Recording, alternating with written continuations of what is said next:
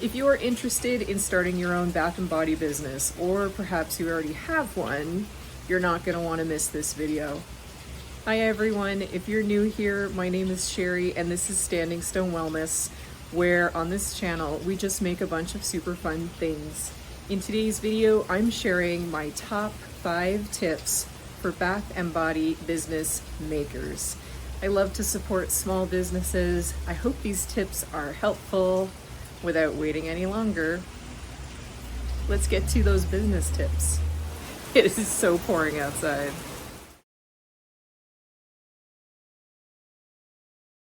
Okay, so as I enjoy a little bit of the rain that's happening outside, let's talk about trends. Bath and body products, and soap in particular, goes through trends way more quickly than I ever thought was going to happen when I opened my business. Back then, unicorn soaps were trending, and it's really rare that I see a unicorn soap now. So should you or should you not follow the trends? Well, it depends. If you think that you can learn from the trend, for example, with the unicorn soap, it may teach you piping skills. So in that case, I say go for it. Or if you have a really serious burning interest in it. But by and large, trends are not something that we can put into our core product line and keep very often. Trends may encourage you to buy ingredients that you have trouble getting rid of, or you may be stuck with inventory that suffers from slow sales when that trend loses interest in the marketplace. So I don't think that we should be running to really follow these trends, like I say, unless it's something that you can really learn from. Think about the rules of marketing, which are, if you market your product 7 to 8 times, somebody is going to start to have some interest in it, but it takes a little bit of effort. Once you see 1 or 2 soapers follow a trend, you're not really all that interested until you see more and more of them, and then you think, oh, maybe I should be doing this too. If you do want to follow a trend, my best advice is make sure that you stick to a core product line to encourage your customers to be able to identify with your brand and keep the trends to a minimum. My next tip is to keep good records right from day one. Now, I'm a paper and pencil type of person, so I record all of my brainstorming and all of my test batches in a notebook that I get from the dollar store. This notebook literally cost me less than $2 and is totally worth it. I keep it beside me pretty much all the time. So if inspiration strikes, I can write things down. And when I am experimenting with ingredients or experimenting with a recipe, they all go in here. This is not loose leaf. This is coil bound, so I'm not going to lose the pages. And with this particular book, I love the fact that it can open up and be flat on both sides. That's why I purchased a book that looks like this one. And once I have a recipe down, it goes into a permanent recipe folder. After all these years, with every single batch of soap that I make, I still create a recipe sheet and print it out and physically keep it for every single batch. You can put notes on there, dates on there. Did something trace more quickly than you thought it did, or did it take a long time to trace? Certainly, if you're developing lotions, it takes a little longer, and bath bombs perhaps a little longer. And you can keep your failed records as well as the ones that worked out. They are both very valuable as you move forward. My best advice is to keep your information in a place where you can get the information back out. That is more important than whether or not you use a notebook or whether you use computer. You know yourself, so be honest with yourself as to how you keep yourself organized. For me, I have a brainstorming book, and I also have a permanent recipe book, as I mentioned. And I also do keep a lot of records on my computer, various notes. I also have an inventory program so that I know the kinds of inventory I have in stock at all times. I use Inventora. If you want more information on that, let me know in the comments. And there is one more thing that I want to tell you about record keeping. If you're a soap maker, then you will notice that fragrance plays a huge role in whether or not your soap is successful, both for you as a maker and to sell it to your marketplace. So, one of the things that I keep a record of are all of my fragrances. I record the date that I purchased them, where I purchased them from, how much it costs, so I can see over time if the cost price is rising. I write down the vanilla content because suppliers go under too. And not only that, but the suppliers that don't are going to trim out their inventory because they do have systems in place that tell them what sells and what doesn't sell and what sells more quickly or more slowly.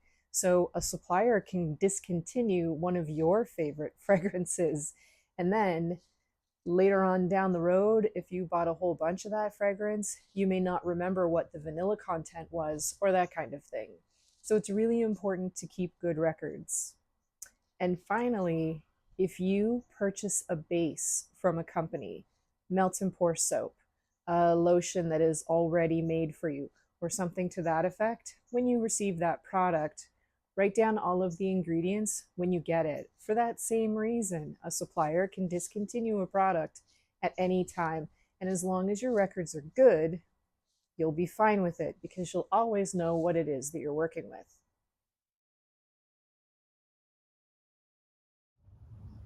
My next tip has a part A and a part B, and that is know your labels.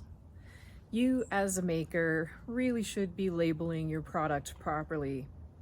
And I really do urge you to find whatever regulatory body looks after cosmetics in your area and find out what is required on a label.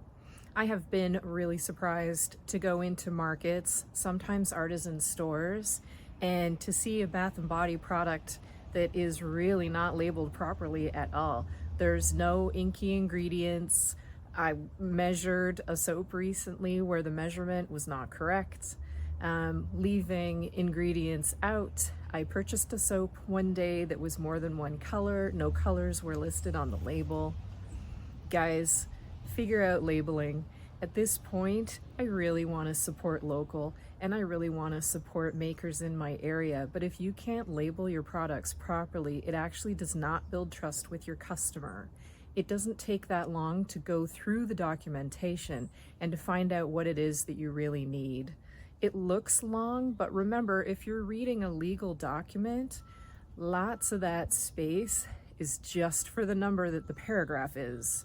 So try not to get overwhelmed with thinking that a document is long. It really isn't. And at the end of the day, it keeps you compliant, which keeps you safer as the maker because you don't want somebody purchasing your product and then having a reaction. So please know your labels. And part 2 of this is know the labels from the products that you're purchasing with suppliers. As time has gone by, making bath and body products in the home is becoming much more popular. What that is doing with our suppliers, it's allowing them to get new ingredients that perhaps they haven't carried before. When you are purchasing your raw materials from suppliers, it's important that you look into the ingredient list. If there is more than one thing in it, for example, a preservative, or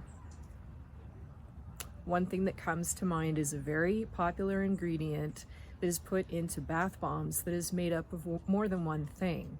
You need to know what's in there because you need to know whether or not your products are truly clean. Just because you make something at home doesn't necessarily make it clean. So I really urge you to look into what is in a raw material and what that really means, and double check the environmental working group to just see how clean that particular ingredient is. It might change your mind about whether or not you're going to buy a raw ingredient and include it in some of your products.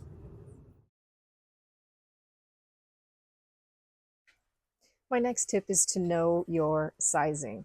For example, if you're interested in purchasing rose clay and your supplier is selling it in 1 kilogram packages, convert it to the units that you're actually going to be using in your recipe so that you know how much you have to make in order to use up that package. For example, if rose clay is sold in 1 kilogram packages and you want to use 1 teaspoon per pound in your soap, how many loaves of soap do you need to make in order to completely use up that 1 kilogram package of rose clay?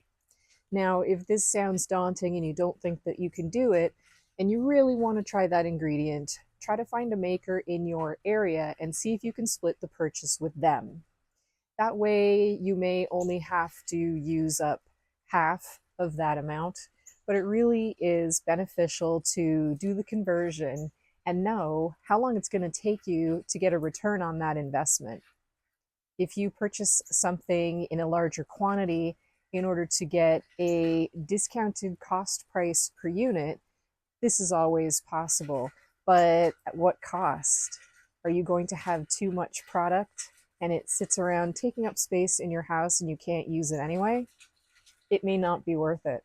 So make sure that you understand your sizing before you purchase something from your supplier.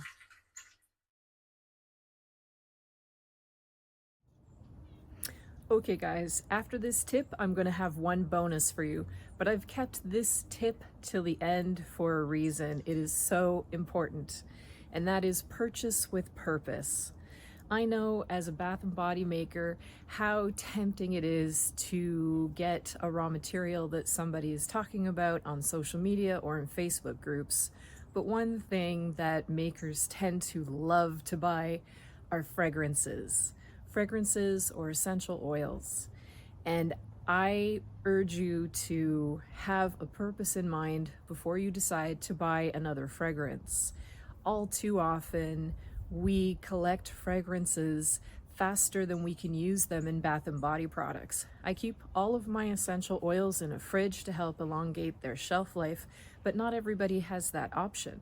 So be aware of how you're going to use something in a product before you buy it. If you are going to make a couple of soaps for a particular holiday, we have a very large one coming up, then try to buy only a couple of fragrances, know what they're going into before you buy those fragrances, create a cohesive line. When you do your planning in advance, it means that you can have a product collection, and I think you're going to find that your products sell more. Have some patience, slow yourself down. Before you hit the go button on those fragrances, how are you going to use them? And if you can get a test bottle that is very small, so if you have a hard time using it up, it's not going to be as difficult for you to do so, try out a tester.